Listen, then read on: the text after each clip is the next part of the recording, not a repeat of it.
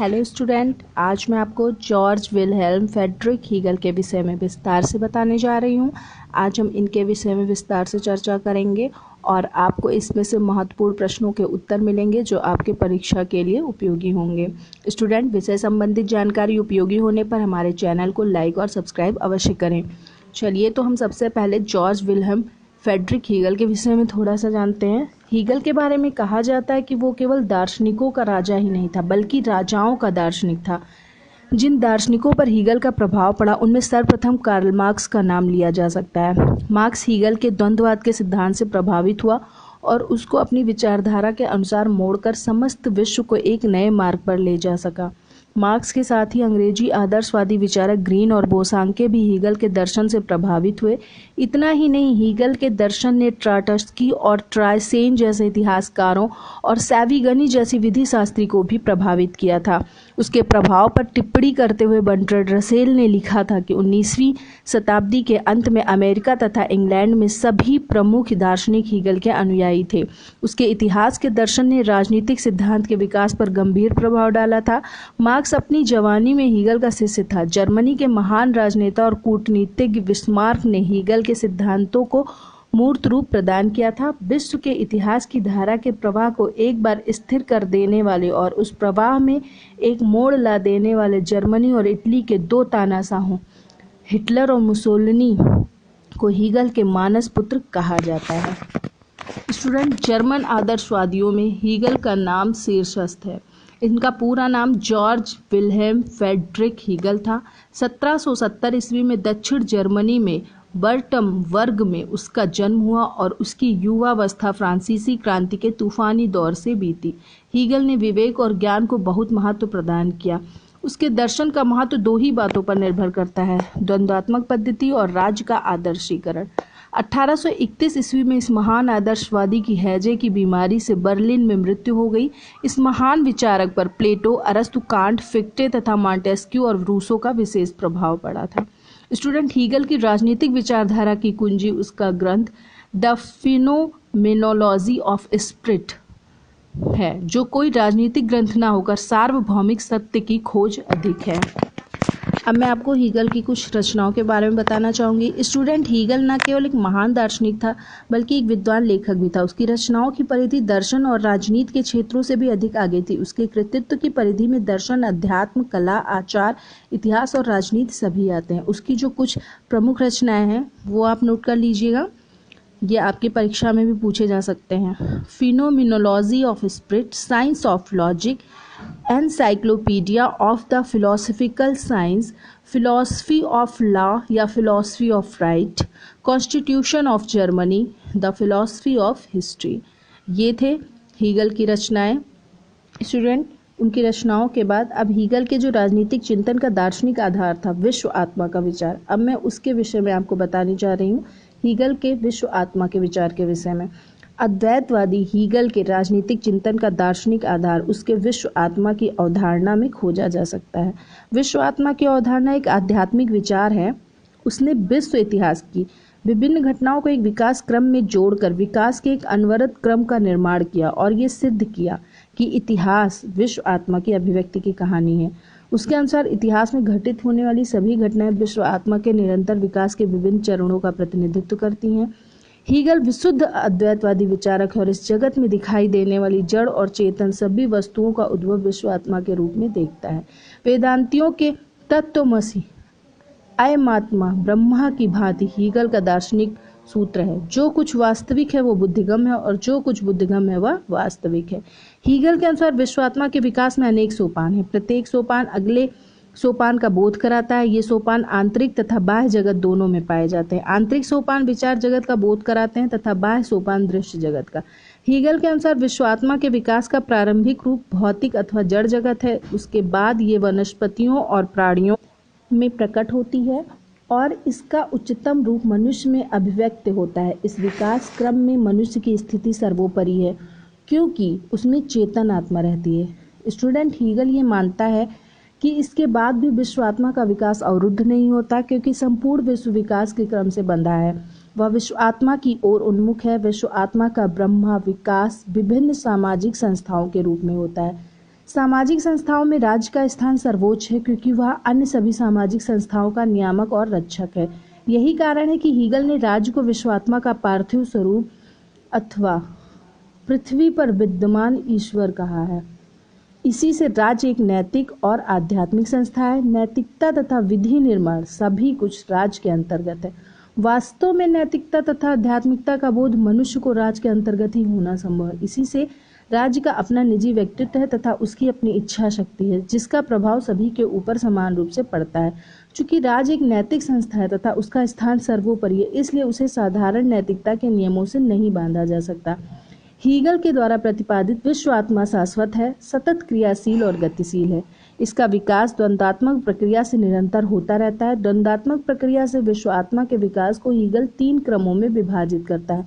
पहली स्थिति पूर्वी देशों की थी, दूसरी यूनानी और रोमन राज्यों की थी, तीसरी जर्मन राज्य के उत्थान की स्थिति होगी। उसने विश्व आत्मा के विकास के इस क्रम का उल्लेख करते हुए घोषणा की कि प्रशा शीघ्र ही एक प्रबल शक्तिशाली राज्य के रूप में विकसित होगा और वह यूरोप के समूचे महाद्वीप के आधीश्वर बन जाएगा। स्टूडेंट, हीगल के राजनीतिक चिंतन का जो दार्शनिक आधार था वो विश्व आत्मा का विचार था। इसको समझने के बाद अब हम हीगल के राजनीतिक दर्शन की पद्धति जो द्वंद्वात्मक पद्धति थी, अब हम उसके विषय में आपको थोड़ा सा बताएंगे।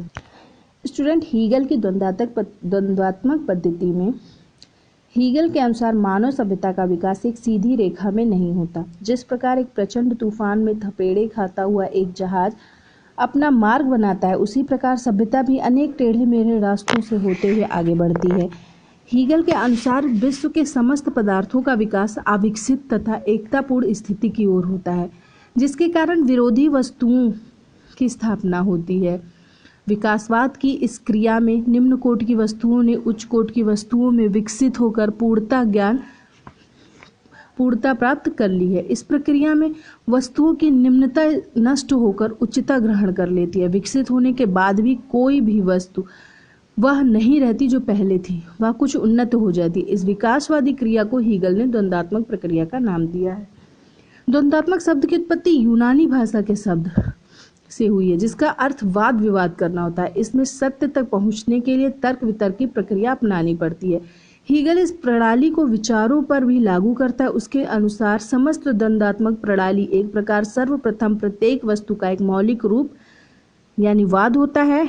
विकासवाद के अनुसार वह बढ़ती और उसका विकसित रूप कालांतर में इसमें मौलिक रूप में बिल्कुल विपरीत हो जाता है, जिसे विपरीत रूप प्रतिवाद कहते हैं। कालांतर में विकासवादी सिद्धांत के अनुसार ये मौलिक रूप तथा विपरीत रूप आपस में मिलते हैं और इन दोनों के मेल से वस्तु का नया सामंजस्य यानी संवाद स्थापित होता है। यह सामान्य संपूर्ण रूप कुछ दिनों में मौलिक रूप बन जाता है और वही क्रिया आवृत होने लगती है। वाद, प्रतिवाद और संवाद, ये विचारों की टेढ़ी मेढ़ी प्रक्रिया तब तक चलती रहती है जब तक पूर्ण सत्य की प्राप्त नहीं हो जाती। यानी कि अपने प्रारंभिक रूप में कोई विचारवाद बनेगा, फिर उसमें विपरीत प्रभाव से प्रतिवाद, फिर प्रतिवाद के उपरांत संवाद। ये प्रक्रिया अंतिम सत्य की खोज में लगी रहती है, यह अनवरत चलती रहती है। द्वंद्वात्मक प्रणाली द्वारा समाज और राज्य के विकास का अध्ययन, अब हम इसके बारे में आपको थोड़ा सा बताएंगे। इस द्वंद्वात्मक प्रणाली द्वारा ही हीगल समाज और राज्य के विकास का अध्ययन करता है। हीगल की मान्यता है कि चेतन मस्तिष्क की सारी गतिविधियां द्वंद्वात्मक होती हैं।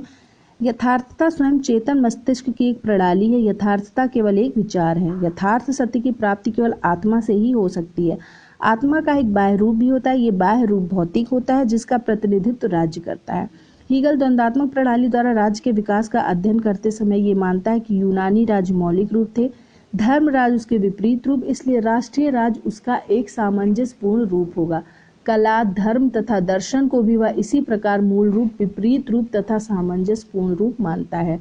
कार्ल मार्क्स ने इतिहास की अपनी भौतिकवादी व्याख्या करते समय हीगल की इस प्रणाली का अनुसरण किया है, क्योंकि ये प्रणाली दार्शनिक दृष्टि से विकासवादी अध्ययन के लिए बहुत ठोस और सही प्रणाली है।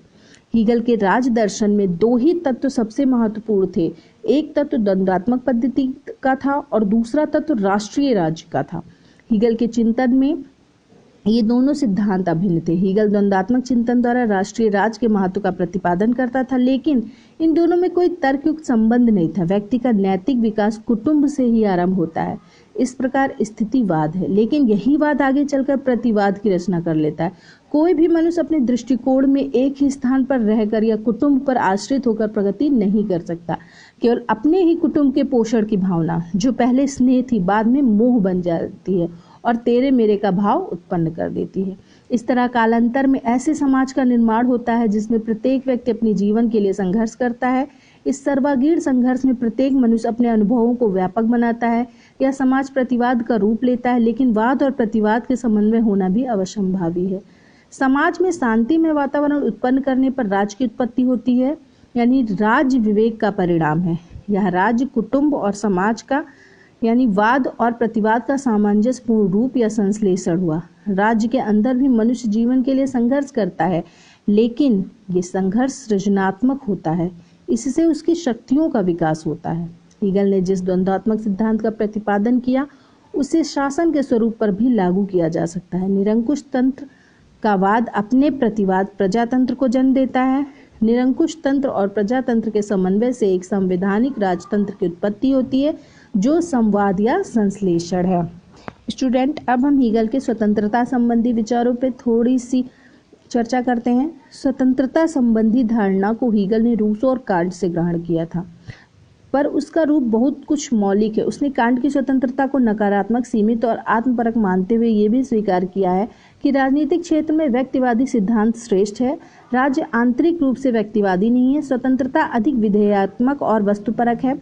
हीगल ने स्वतंत्रता को व्यक्ति के जीवन का सार मानते हुए कहा था कि स्वाधीनता मनुष्य का एक विशिष्ट गुण है, जिसे अस्वीकार करना उसकी मनुष्यता को अस्वीकार करना है। इसलिए स्वाधीन होने का अर्थ है अपने अधिकारों और कर्तव्यों को तिलांजलि दे देना, क्योंकि राज्य के अतिरिक्त अन्य कोई वस्तु स्वाधीनता का प्रतीक नहीं हो सकती। हीगल के अनुसार स्वतंत्रता सामाजिक है, जिसकी प्राप्ति सामाजिक कार्यों में भाग लेने से होती है। समाज और व्यक्ति के सहयोग के बिना कोई स्वतंत्रता संभव नहीं है। स्टूडेंट, हीगल का स्वतंत्र नागरिक विषयक सिद्धांत प्लेटो और अरस्तु की भांति व्यक्तिगत अधिकारों पर नहीं बल्कि सामाजिक कार्यों पर आधारित था।